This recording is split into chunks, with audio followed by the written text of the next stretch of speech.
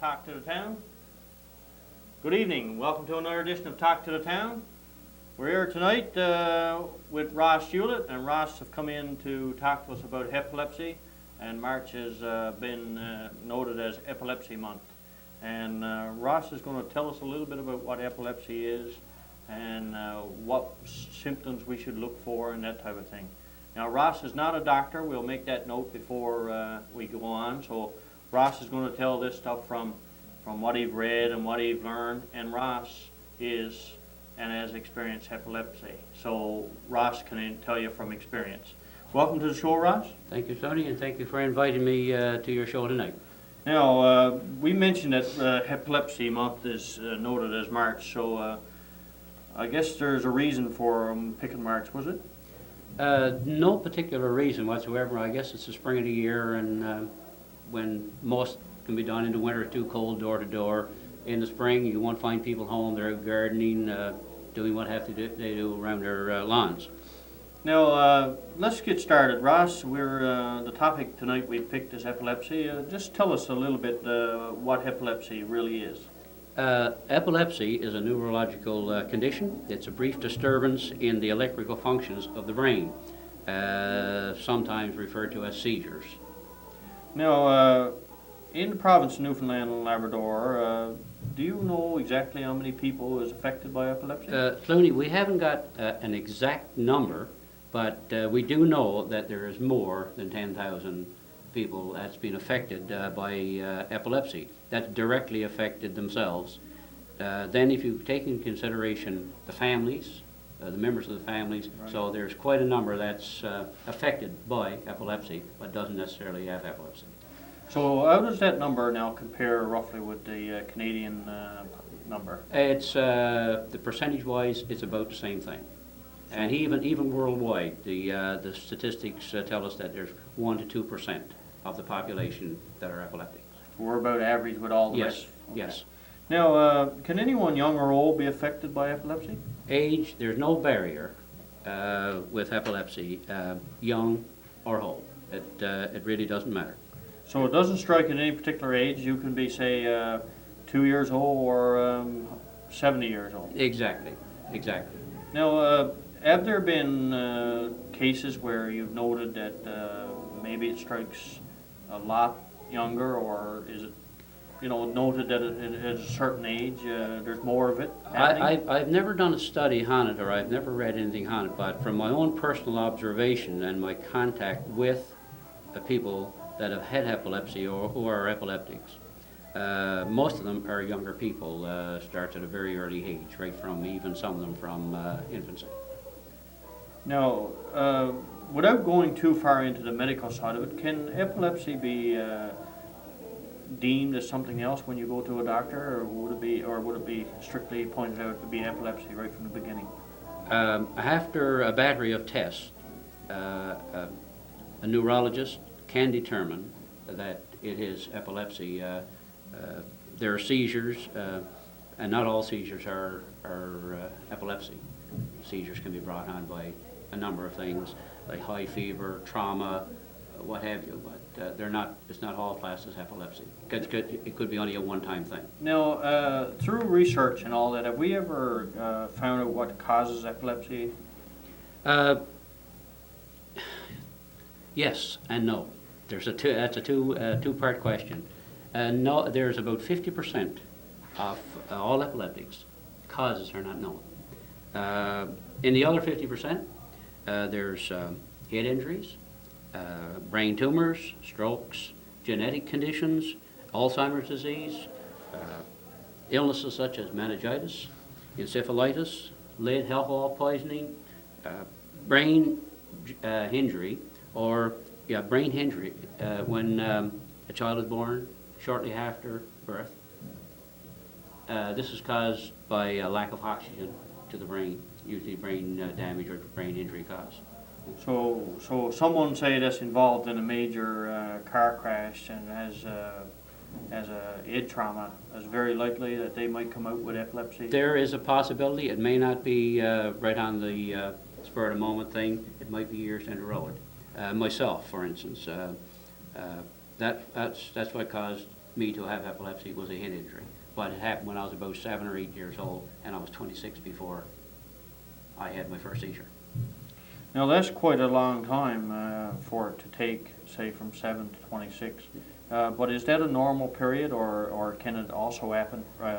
You know, if the accident happens, it happens fairly quick. It can happen almost instantly, or it can be over a long period of time. Now, Ross, can you tell us some of the symptoms of epilepsy? The symptoms, actually there's only one symptom to epilepsy that I know of, and that's a seizure. And a seizure is a massive convulsion, or it can even be just a momentary lapse of attention, marked only by a blink or somebody standing staring. That's considered to be the symptom of epilepsy, which is a seizure. Now, we say seizure, but are there different types of seizures? Not that I am aware of. I couldn't answer that one. Not the type of. There is in medical terms. If I got into the history of epilepsy and then that's where you dig out the different types of seizures. Right. But generally speaking, the layperson would understand a seizure as a massive convulsion where there's a shaking of the body and so on. Now, these seizures, do they occur in a person if he does not have epilepsy? Yes, as I said before, a seizure can occur, but it may be only a one-time thing, and it could be brought on by somebody that's very ill with very high fever, or like you said before, a trauma, something that they've gone through, something that they've experienced, and it's only a one-time thing. Now, epilepsy, we hear it around a lot, but is this something that you inherit from previous family members? Yes, epilepsy can be inherited. Not all cases, but it can be. It's a genetic condition, and it is inherited. But now we keep saying you say it is inherited. So would that make it a contagious thing, or would it not? None whatsoever.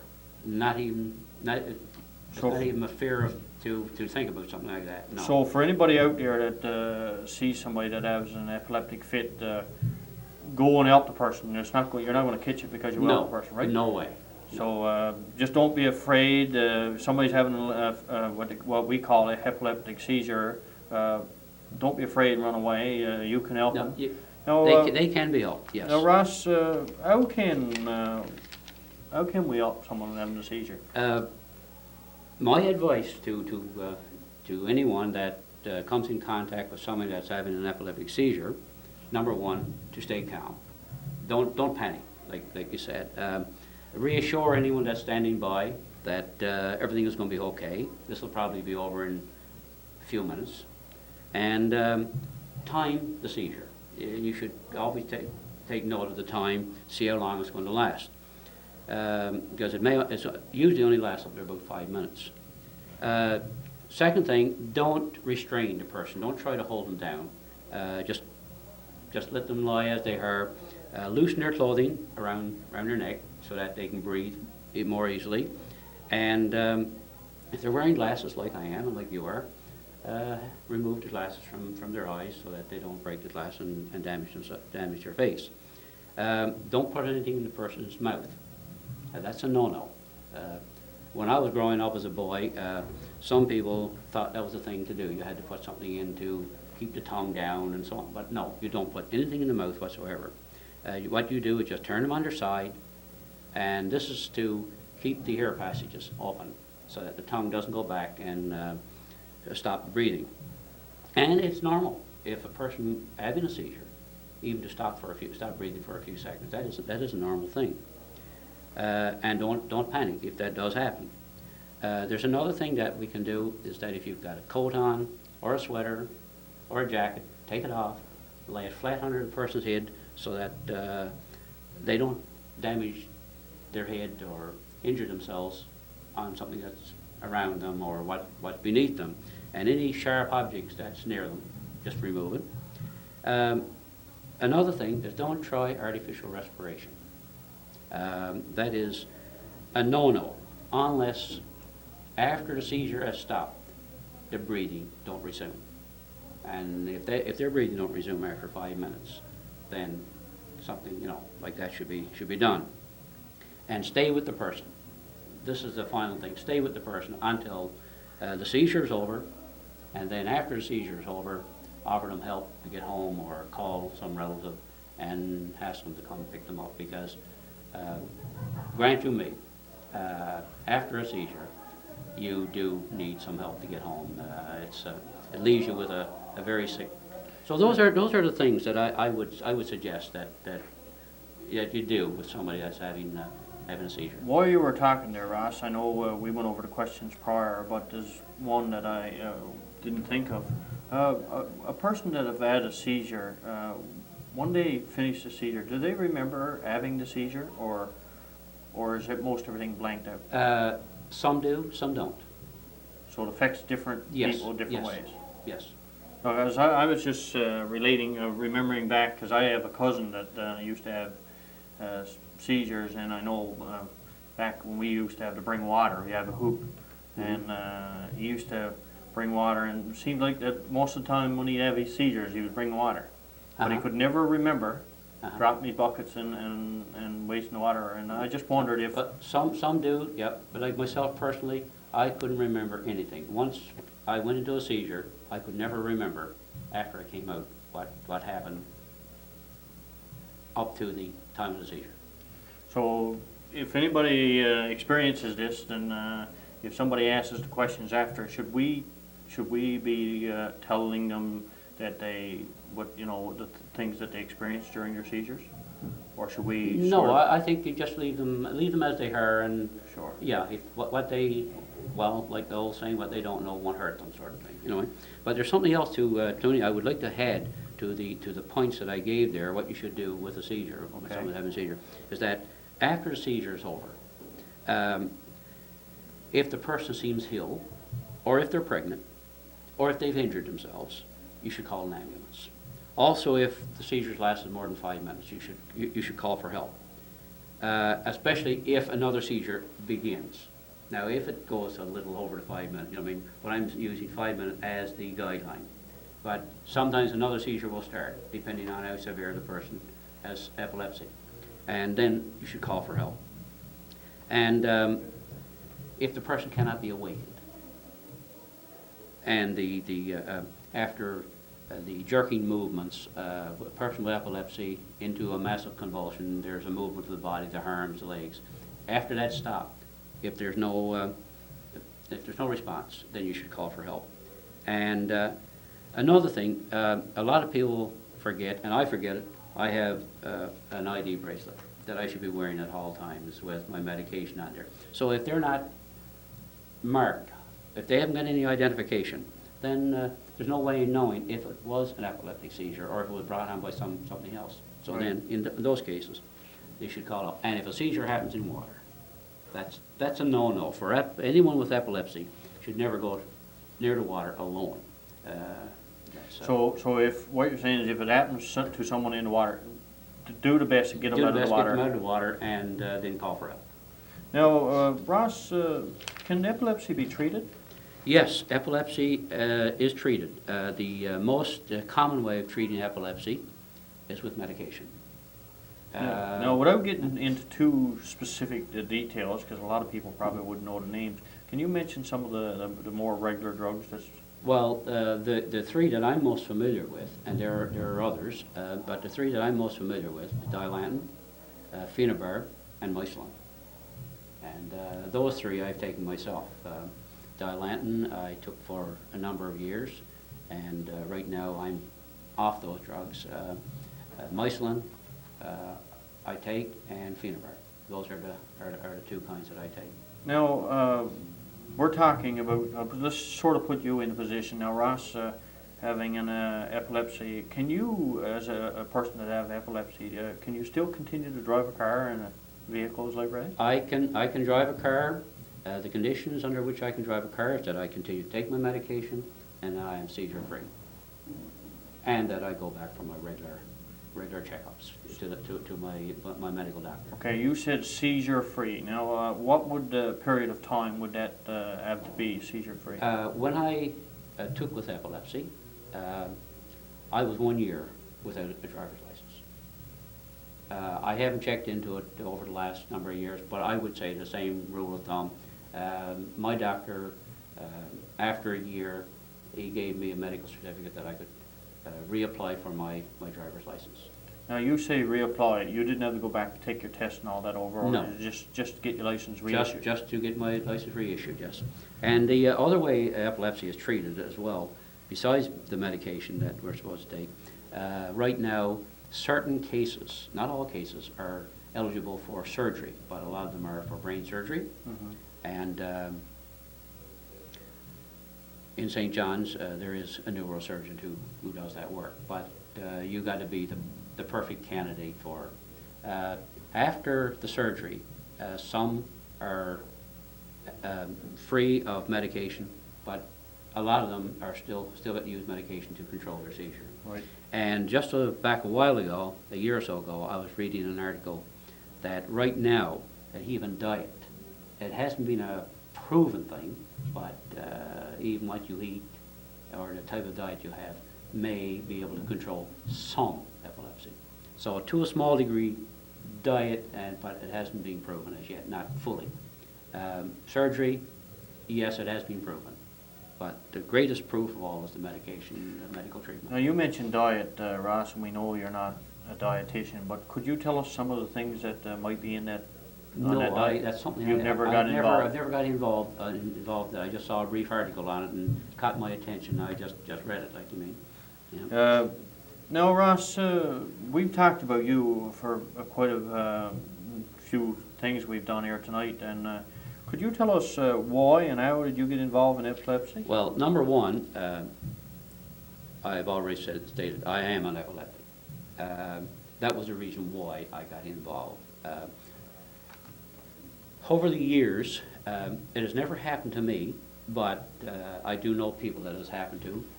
The workplace, some employers are still not educated as to what epilepsy is all about, and not meaning to be to discriminate against some of their employees. Some employees have been let go. At least that's what they've told me, because they were epileptics and that their employer didn't fully understand what was going on.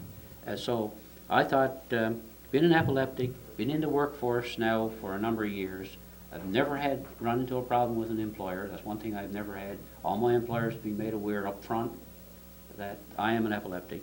And that's something in this area that I must say that we've been blessed with as employers that understand the individual and understand, I don't know about understand what epilepsy is all about, but understand that epilepsy, a person with epilepsy, can be just as good a worker as somebody that doesn't. Now, Ross, you mentioned that education. Maybe is education the problem, that there's not enough being said about epilepsy and not enough being done? Exactly. That's exactly. There's not enough being said. What we're doing tonight, this is a positive proof of what can be done. I'm only a lay person. I'm not a medical doctor, as you said before. My knowledge of epilepsy, even though I'm one, is not deep down. I've never got into a deep study of it. I know what it's about. I know what causes some forms of epilepsy. And, that's the...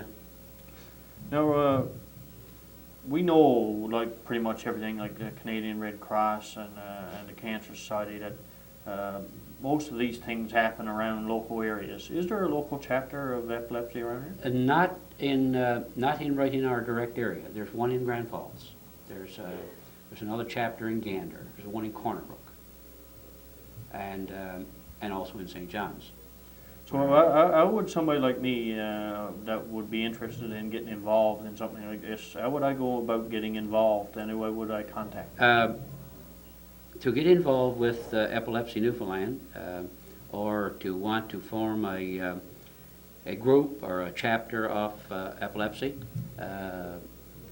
the best person to call would be our executive director in St. John's, Gail Dempsey, and our number in there is 722-0502. So that would be the best route to go. Anyone not wanting to do that, they could give me a call in Springdale at 673-3485, and I could do the legwork for them, to see to find out what they want, and then to get into it a little bit more. Now, Ross, over the last couple of years, I know last year you did a collection, but it was on a smaller basis. Now, this year you've expanded it into some of the outlying areas of Springdale. And the area we're in now, Kings Point, Randel and Brook, is being currently canvassed to raise funds for epilepsy. Anyone watching out there that hasn't been approached, how could they get about making a donation? Well, as you said, well, this is the third year for us collecting. 3 years ago, me and my wife, we undertook it. We volunteered to Epilepsy Newfoundland and said, hey, look, you need somebody to collect in Springdale, we will do it. We undertook Springdale, and you can imagine, for 2 people with 1,200 homes. We did the best we could for March month. Every night, every Saturday, we gave of our time. Last year, we had 1 person volunteer. So we'll help you. So that left the biggest chunk of Springdale just to the 2 of us again. This year, in my door-to-door last year in Springdale, I had people volunteer. Say, okay, next year, let me know. So this year in Springdale, we've got 20 of us. That's collecting door-to-door. I've been approached by people from outside the Springdale. So this year, what we did, we organized Rattling Brook, Kings Point, Harry's Harbour, Jackson's Cove, Beachside, Little Bay, St. Patrick's, Port Anson, Miles Cove, and South Brook. And in Kings Point and Rattling Brook, if there's anyone that hasn't been approached yet by a canvasser, they can call Tiffany Randel at 268-2112. I got your number memorized now. And in Kings Point, they can contact Gloria Foster at 268-3887. She's the organizer for me in this particular area. In fact, only a couple of days ago I was talking to her. Now, Ross, I was sitting with you one day a week, I think it was Monday afternoon, and you mentioned that the response in the smaller areas was extraordinary. Can you just tell us a little bit about some of the responses that you've had back? The response has been tremendous. By the way, there was one community I did forget, and that was Little Bay Islands.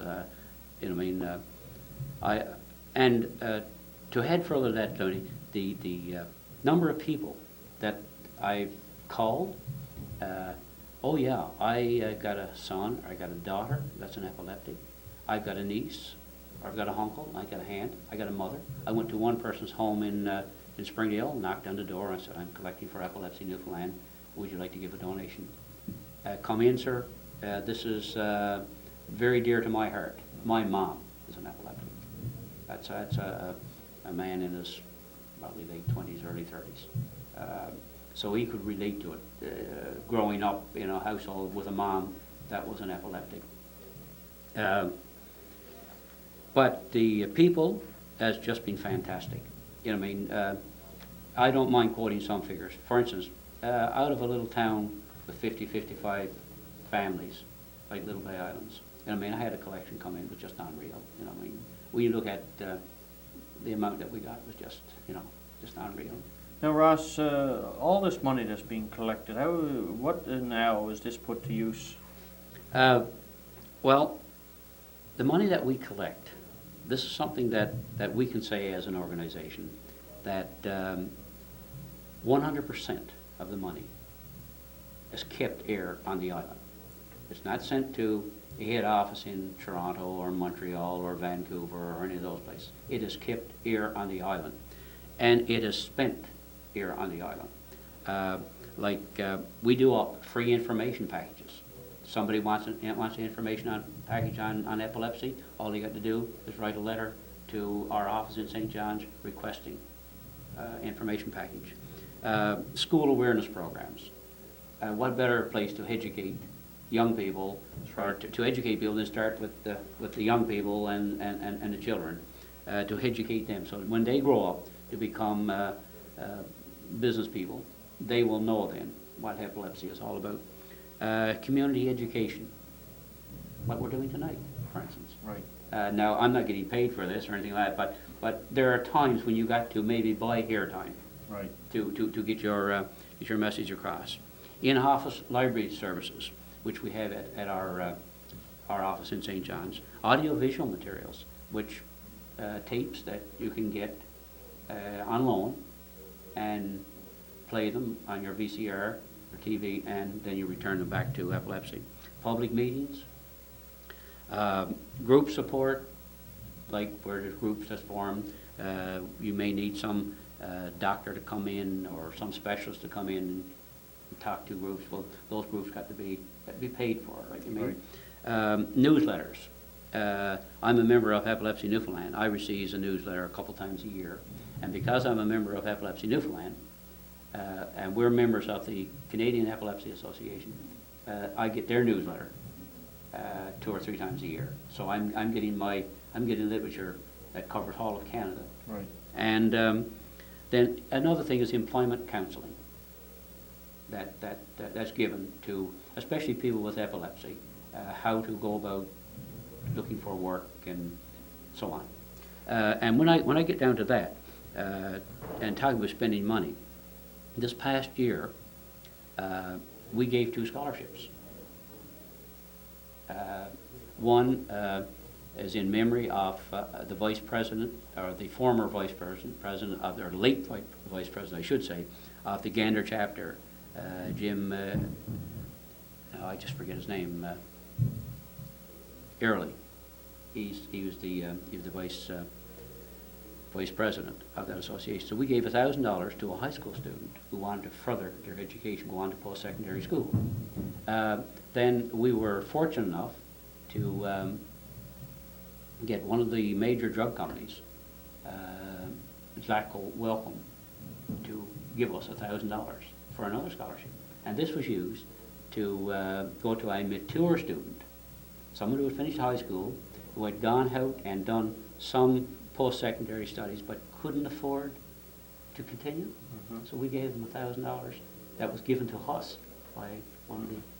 Now, Ross, before we finish up tonight, I think one of the most important points that we probably should revisit a little is if someone is having a seizure, how can we help that person? Yeah, well, those were the points that we pointed out earlier. They're by staying calm. I mean, seeing that their breathing is proper, that they're comfortable, that all the steps that we pointed out earlier in the program. That this is the thing that to do.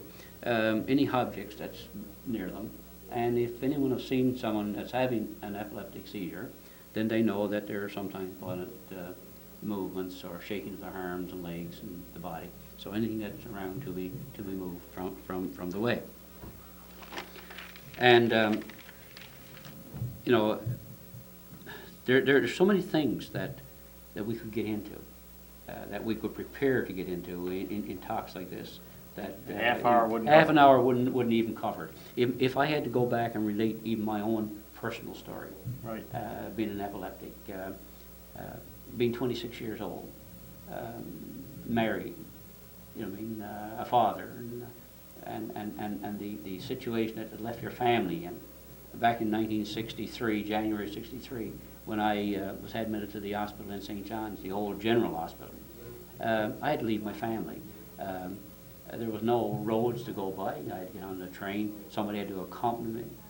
Those are the things. I mean that people. It is traumatic. I mean, I was one of the more fortunate ones that I was able to cope with things maybe better than some people, because I've had such a rough time with sickness throughout my lifetime. So right. I took this in stride, and my doctor at that time was our present Lieutenant Governor, Dr. Max House.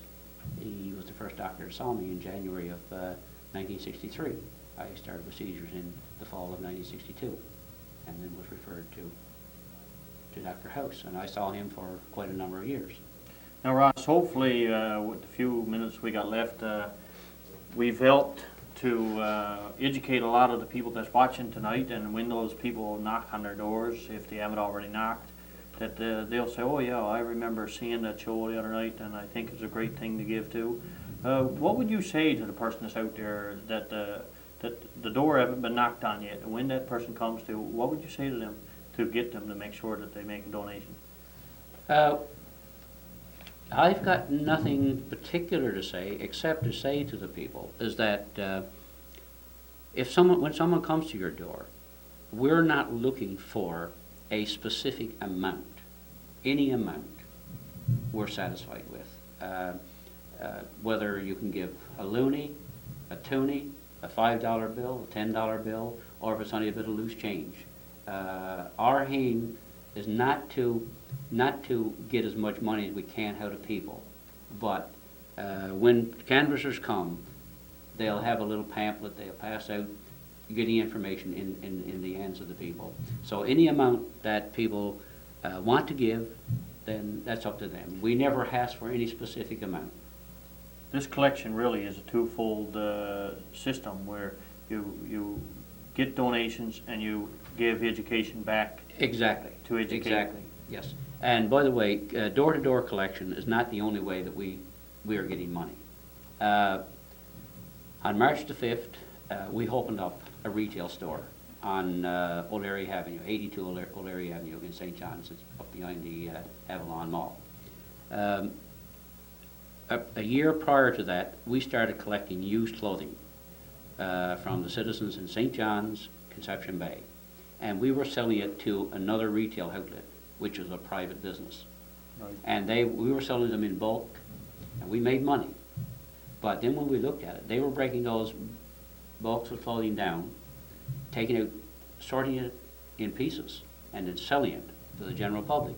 So we said, why not do it ourselves? So that's what we done. In January, I'm a member of the board of directors of Epilepsy Newfoundland. In January, in one of our meetings, we made the decision. We were going to open up a retail store on O'Leary Avenue that would serve the public.